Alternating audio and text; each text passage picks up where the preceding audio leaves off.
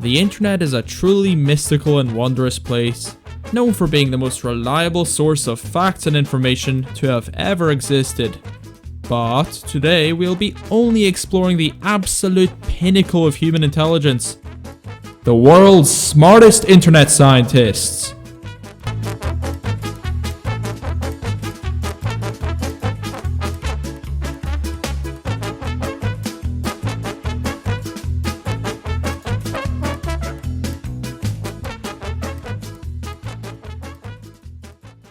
I can't help but feel humbled by the sheer weight of these geniuses' intelligence. I mean, you really have to see it for yourself to truly appreciate what it feels like to be bathed in pure facts and logic. We'll start off with some incredibly wise words from Mr. Kareem here. Magic is real. Get off Reddit, sheeple. Spoken like a true internet scientist. Everyone knows that magic is real, right?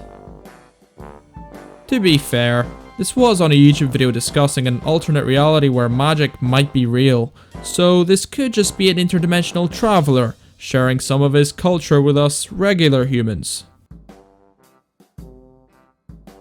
Next up, we've got a post about the rise of dinosaurs 230 million years ago, and how it probably coincided with environmental changes. Or did it? Well, don't be so sure, because Denise has just single-handedly destroyed everything you once thought was true.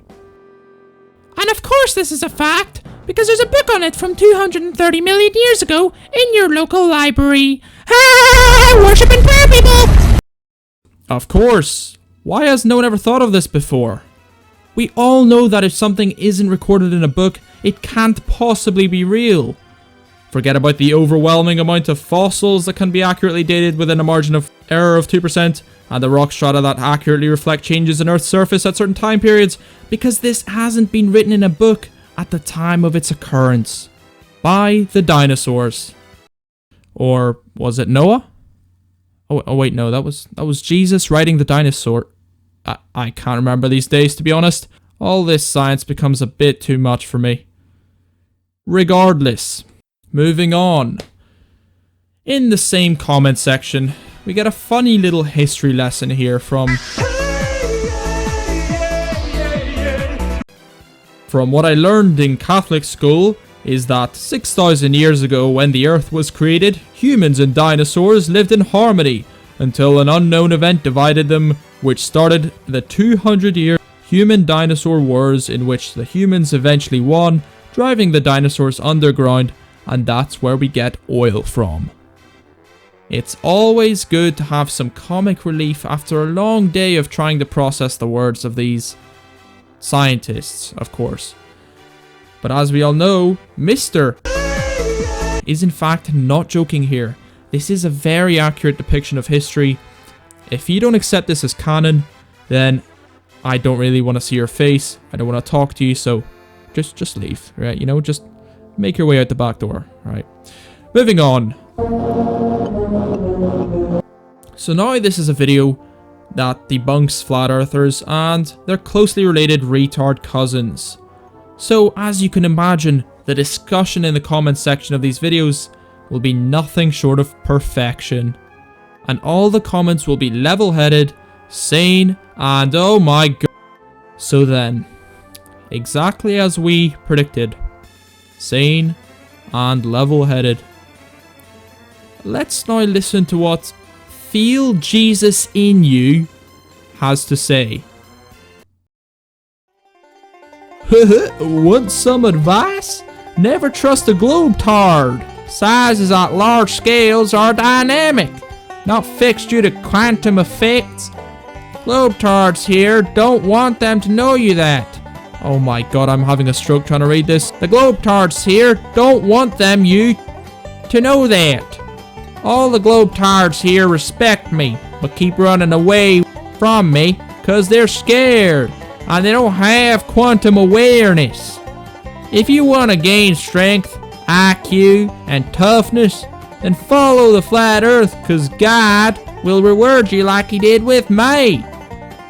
My town used to laugh at me, but now even the tough guys on the street respect me. Excuse the accent. No, this one's it's quite a special one. This guy's quite a specimen. He's actually posted a few comments like this. Now, chances are he is a troll, of course. I mean, you all would say that he's a troll. I thought so too. But when you take a look at his subscriptions and the videos he watches, would a troll go that far? Would they really? But right about now, I'm starting to get the feeling that these YouTube scientists might just be too smart for any of us. This comment will probably be significant to people living on Earth in the year 3000, because the stuff this guy's on is definitely some next level shit. Moving on. God. And now we're gonna get into the slightly more... I'm not sure if sane's the right word here. Serious comments, maybe? Let's see what this scientist has to say. You are fool for believing that everything came out of an explosion that came from nothing and created everything. And then life all of a sudden? You guys are no better than the flat earthers. Given the first law of thermodynamics, anyone? The Big Bang and evolution has more flaws than North Korea. Laughable. Well, Mr. Ben 61. Yes, it does sound very familiar, actually.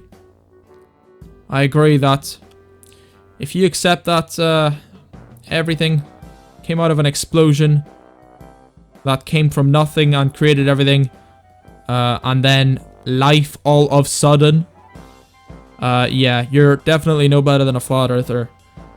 That makes a lot of sense. I mean, I'm sure this Ben guy could provide an alternative, a reasonable alternative creation hypothesis, or origins of life hypothesis. I don't even think he knows what evolution is. But hey, I mean, you gotta trust these internet scientists, right? Right? Everything they say is immediately correct. So yeah, I think we'll just have to admit defeat here, and I think Ben takes the win here. Well done, buddy. Well done. You just single-handedly debunked evolution.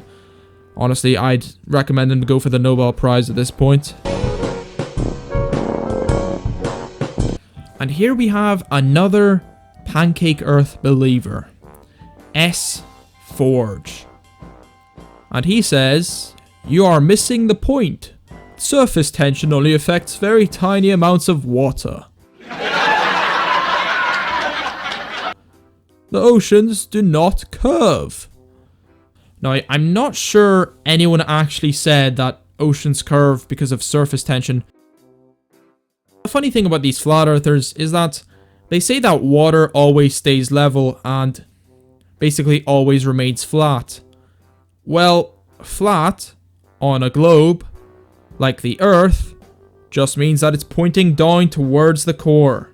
That's all it means.